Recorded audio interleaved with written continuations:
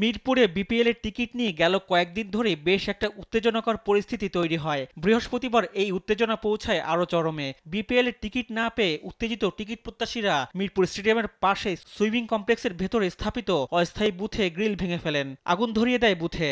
বিসিবির সাথে টিকিট প্রত্যাশীদের ধাওয়া পাল্টা ধাওয়া চলে। ফায়ার সার্ভিস এসে আগুন নেভানোর পরও বিক্ষুব্ধ দর্শকরা আবারও বুথে হামলা করেন। তারা দীর্ঘক্ষণ লাইনে দাঁড়িয়ে থেকে টিকিট না পাওয়ার অভিযোগ করেন। আমরা বরিশাল থেকে আসছি খেলা দেখতে, আমরা খেলা দেখি, ঠিক আছে। তারা এক পর্যায়ে কী করলো, কিছু পুলিশ বাহিনী ছিল ওই জায়গায়, আর এই যারা টিকিট বেচে এসিবির লোক ছিল, পুলিশগুলা সব ওদিকে গেছে গা। ওদিকে যাওয়ার পরে ওনাকেও সাথে সাথে যে যারা টিকিট বিক্রি করে এসিবির লোক, তারা এলো গা টিকিটগুলা লয়ে ভেগে করে সব হোমে গেছে গা। আর এনতে একজনের বক্তৃতা দিল কি, যে আপনারা সবাই ঠান্ডা হন, সবাই নির্ভীর থাকেন, সিরিয়ালে কারণ আমরা টিকিট দিচ্ছি। টিকিট কাটার জন্য দাঁড়াইছে, একদম ওই মাথায় দাঁড়িয়েছিলাম।